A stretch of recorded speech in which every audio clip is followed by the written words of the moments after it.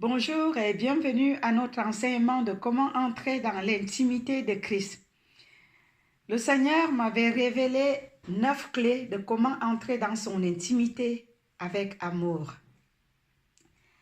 Et je vous ai parlé de 5 clés déjà. Aujourd'hui, je viens vous parler de la 6e clé.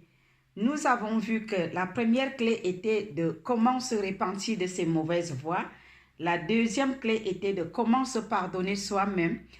Et la troisième clé était de comment accepter le pardon de Dieu. La quatrième clé était de comment pardonner à ceux qui nous ont offensés. Et la cinquième était comment rendre grâce à Dieu en toutes circonstances. Aujourd'hui, je viens vous parler de la 6e clé qui est de comment avoir une vie de jeûne et de prière intense. Avant de vous parler de la vie de jeûne et de prière, je veux commencer par là où le Seigneur aussi m'avait parlé, dans Ésaïe 58. Je ne vais pas lire, mais je vous conseille d'aller lire Ésaïe chapitre 58 et de le relire à chaque fois que vous voulez jeûner. Amen. Donc, je vais vous lire le petit résumé et puis nous allons développer. Notre Seigneur Jésus-Christ était un homme de prière. Il était toujours devant la face de Dieu le Père. Nous voyons des exemples comme à Gethsémane, au désert avant le début de son ministère. Il avait passé 40 jours dans le désert proche du Père dans son lieu secret. Et c'est dans cette intimité-là que le Père se révéla à lui en jeûnant et en priant, pas seulement en se lamentant, ni en priant tout simplement sans jeûner, ou alors en jeûnant sans prier.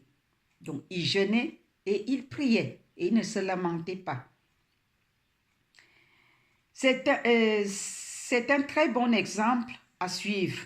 Quel que soit l'assoupissement spirituel qui nous a conduits et dans un profond sommeil, si nous entrons dans une vie de jeûne et de prière constante avec Dieu, nous entrerons dans son intimité profonde et nous deviendrons un avec lui, comme il nous dit dans Jean 17.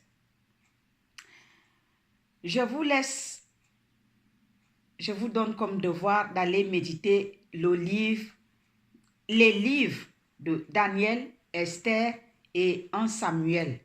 Ces livres vont vous booster pour le jeûne. Amen. Autre chose aussi que le Seigneur m'avait montré quand il avait fini de me parler du jeûne, il m'avait conduit dans son livre de Matthieu chapitre 6 à partir du verset 16. Je lis au nom de Jésus. Lorsque vous jeûnez, ne prenez pas un air triste, comme les hypocrites se rendent le visage tout défait. Vous montrez aux hommes qu'ils jeûnent. Je vous le dis en vérité, ils reçoivent leur récompense.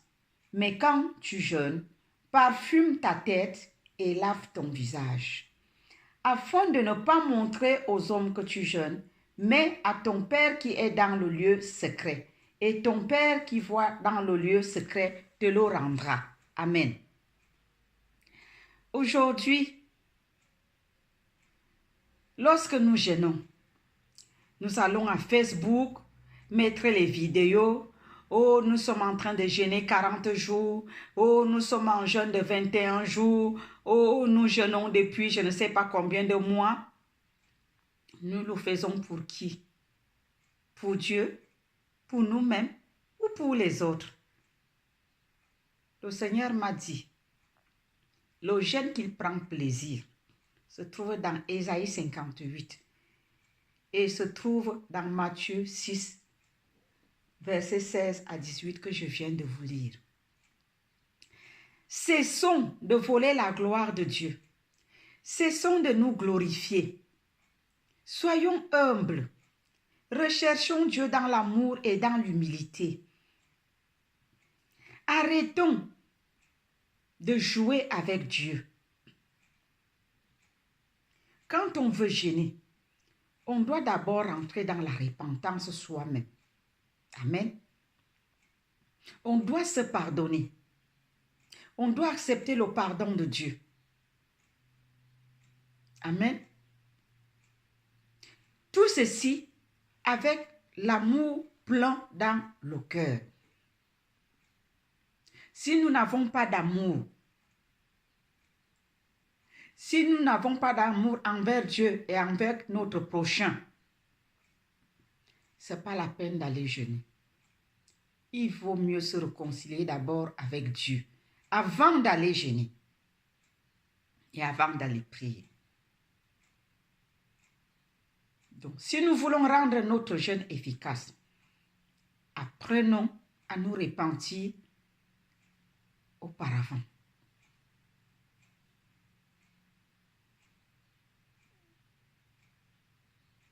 Et si nous voulons avoir une vie de jeûne constante,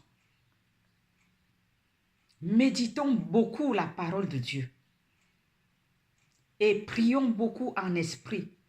Ça fortifie notre esprit. La prière en langue, elle fortifie notre esprit. Si vous n'avez pas reçu le baptême du Saint-Esprit, c'est Dieu qui donne les dons. Ce n'est pas grave.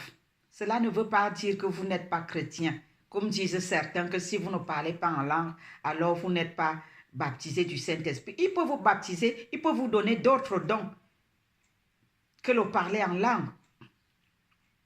Et il va vous utiliser aussi puissamment. Mais si vous ne savez pas prier en langue, vous pouvez aussi le lui demander. Il dit aspirez au don. Vous pouvez aspirer à ce don de parler en langue pour fortifier votre homme intérieur, pour booster votre esprit, pour aiguiser votre esprit. C'est nécessaire. Mais si vous ne l'avez pas encore, continuez à demander et en attendant, lisez la Bible, priez beaucoup pour que votre vie de jeûne soit constante. Pas que vous jeûnez aujourd'hui, vous passez 3 mois sans plus jeûner et un beau jour, quand ça ne va vraiment pas du tout, vous vous levez pour rentrer dans, ou vous attendez que ce soit le pasteur qui, ma foi, convoque le jeûne avant de rentrer dans le jeûne. Ceci doit être votre vie. Le jeûne doit être votre vie. Ne passez pas le temps seulement à manger, à manger, à manger. Mangez aussi la nourriture spirituelle. À force de lire la Bible, le Seigneur va ouvrir votre entendement. Il va aiguiser votre esprit. Vous allez entendre sa voix. Et l'Esprit de Dieu, à certains moments, va vous conduire au jeûne et à la prière. Et pour jeûner constamment, pour mener une vie de jeûne constante, il faut être sensible à l'Esprit de Dieu. Il ne faut pas jeûner seulement pour jeûner, pour tout et pour rien, mais écouter la voix de Dieu.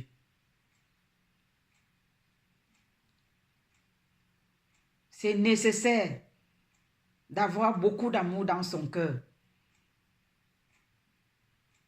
L'amour vous conduit au pardon. L'amour vous conduit à aimer ton prochain. L'amour vous conduit à la méditation. L'amour envers Dieu. Quand nous voulons le rencontrer, nous nous retrouvons des fois à plat ventre, en train de gémir, en train de l'aimer. C'est par là que le Saint-Esprit peut nous parler.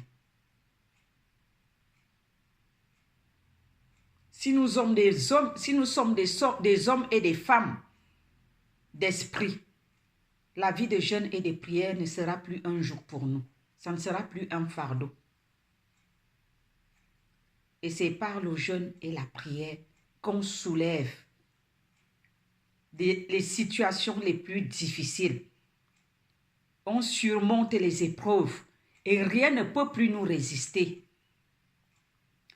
Toute chose devient possible. Mais si nous ne jeûnons pas, si nous ne prions pas, même notre foi va périr. En jeûnant et en priant, on booste notre foi et on avance. Ça nous permet de vivre proche du Père.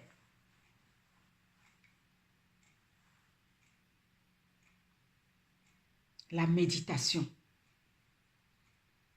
ça nous rapproche de Dieu. Et ça crée la faim et la soif du jeûne en nous. Parce que ça développe l'amour de Christ en nous. Et c'est cet amour qui attire la présence du Saint-Esprit qui vient nous murmurer à l'oreille. Lève-toi, cherche la face de Dieu. Et ce n'est pas à Facebook qu'on va aller chercher la face de Dieu quand on jeûne. On doit rentrer. On peut informer les gens avec qui nous voulons jeûner, si ce n'est pas un jeûne personnel. Mais on ne doit pas aller dire aux gens combien de fois nous sommes au 20e jour, nous sommes au 38e jour, et ça fait 2 semaines on a commencé le jeûne. Dieu n'a pas besoin de ça. Amen. Soyons sérieux. Craignons Dieu. N'ayons pas peur de Dieu, mais craignons Dieu et aimons-le. Il a besoin qu'on l'honore, qu'on l'aime, qu'on le craigne, pas avoir peur. Il a besoin qu'on l'aime. Aimons-le. Soyez bénis au nom de Jésus. Amen.